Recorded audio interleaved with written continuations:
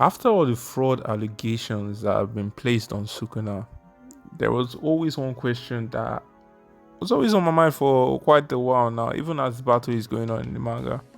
And the question is, has this battle been a fair fight? What's up, guys? It's Richard from Rios11 back again with another video. And in today's video, we just want to talk about this battle. Yeah, just hear my point and just hear me out, because I'm sure you're going to say I have bias for Sukuna, which I actually do. And I'm coming out and saying that, but do you know what? Just hear my point, and from there you can be the judge of what I have to say. The battle of Gojo and Sukuna has been one of the best battles this year to come out of the old shonen series. Like, this is something I can testify. This battle has been amazing. The amount of in-depth fight, the amount of in-depth strategy, the amount of skills that has been kept into this battle is just phenomenal. But the question is, has this battle always been advantageous for one character over the other? Has this battle been fair? And in this video, I would like to answer this question. And the truth about this battle is, I feel that it hasn't been fair for Sukuna. But then again, you can also look at it from the perspective of Gojo and say that this battle has not been fair for Gojo. So how I'm going to do this video is, I'm going to break down the perspective from the two sides. Then we're going to analyze it from the two separate sides. Then from there, we're going to determine which this battle favors out of the two characters. If it favors Gojo or if it favors Sukuna. Then from there, we'll make our verdict. So yeah, so let's just get right into this. So let's start with Gojo first. Now, a lot of people consider this battle, and even I consider this battle has been unfair to Gojo because Sukuna has the 10 shadows. Now, we all know that the 10 shadow is perhaps one of the most powerful techniques in all of JJK. The family, the lineage, we consider the technique is very, very adaptable. It's a kind of technique that you can use in any situation you find yourself, because you will always be able to find a solution to counter whoever you're fighting, especially with the ability of Mahoraga, which has the ability to adapt to any situation so far it's able to survive that situation. So Sukuna has gradually used Mahoraga to absorb most of Gojo's ability, ranging from his domain expansion to his infinity to blue, and is even adapting red. As of when I'm releasing this video, is almost adapting red. And Gojo currently believes that the only way to take out Mahoraga is via a one shot, and he's trying to use his ultimate attack, which is the ultimate Halo. Nobody knows, we have not seen the attack yet, and it's going to come soon, so definitely I'm waiting for the attack. And now that's the thing about it is, Mahoraga is Sukuna's trump card, and he has been using that to counter Gojo, and that is the only way that Sukuna can be able to fight Gojo. Now, this isn't fair for Gojo because, let's be honest with ourselves, Mahoraga is overpowered, and the way Sukuna is even using Mahoraga is just so overpowered, because the thing is, Mahoraga isn't the one taking the blunt of the attack. You get what I'm trying to say? So the way Sukuna is doing it is, for attack that Sukuna knows he can't tank, he will take the adaptation, that means the damage chakra, the wheel of Mahoraga, and place it on Megumi. E.g., when Gojo did his domain expansion, can you see all of that? The load, all of the effects, all of the negative stuff went to Megumi. And if it's an attack that he can tank, if it's an attack that he can take and use reverse course techniques to heal himself, he's definitely going to take it. And that's the way Sukuna has been maneuvering it. So we can all say that at the end of the game, Gojo is really actually going through a lot, because let's be honest with ourselves, it looks as though Gojo is fighting with 10 different set of people, because 10 shadows, of course, 10 different Shinigamis. And currently in the manga, Sukuna has Gojo outnumbered, because it's now 3 via 1. Sukuna, Mahoraga, and the new Cross Shadow that Sukuna just did. So we can say that at the end of the day, it's not fair for Gojo because of that regard, and truth be told, it's not fair for Gojo because of the thing called Mahoraga. That's what we can say. So now let's switch our point of view from Gojo to Sukuna.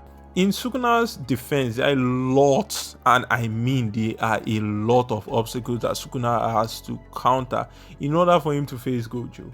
Now let me start listing them one by one. The first thing is Infinity. That is one of the most overpowered ability in all of anime, because of Gojo's Infinity, Sukuna is unable to touch him, because of Gojo's infinity, Sukuna is unable to use any of his course technique outside of his domain expansion to harm Gojo. And that's been the biggest drawback in this battle. The fact that you cannot touch Gojo without nullifying infinity.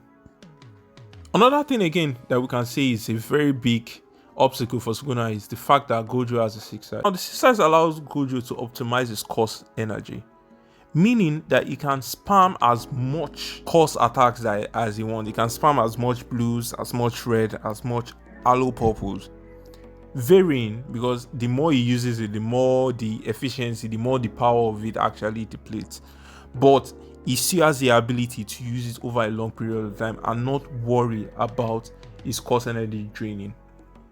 So that's how OP we all know the 6 sizes. So right now, Gojo has 2 things in his favor. First thing is the infinity. Second thing is the 6 size.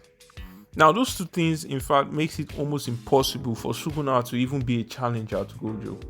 And that's the reason why Sukuna has to boldly rely on the 10 shadows, especially Maharaga, in order to neutralize infinity. Because without Maharaga, there is no way Sukuna can touch Gojo. So now we all know that it's only with Maharaga that Sukuna can be able to nullify infinity, right? So that means that Gojo currently has the upper hand, because without Maharaga, Gojo easily wins this battle.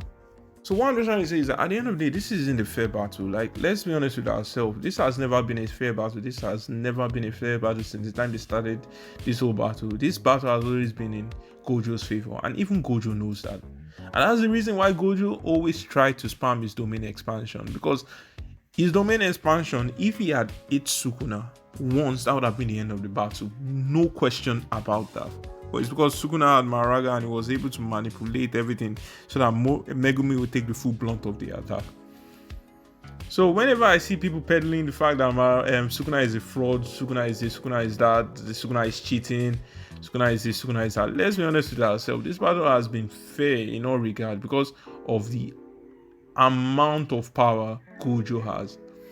To me, I'll more or less say that this breaks down to a more of genetics versus hard work. Gojo has genetics on his hand, while Sukuna has hard work in his hand.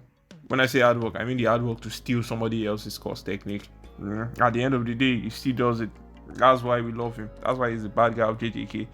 It's supposed to be in his character, right?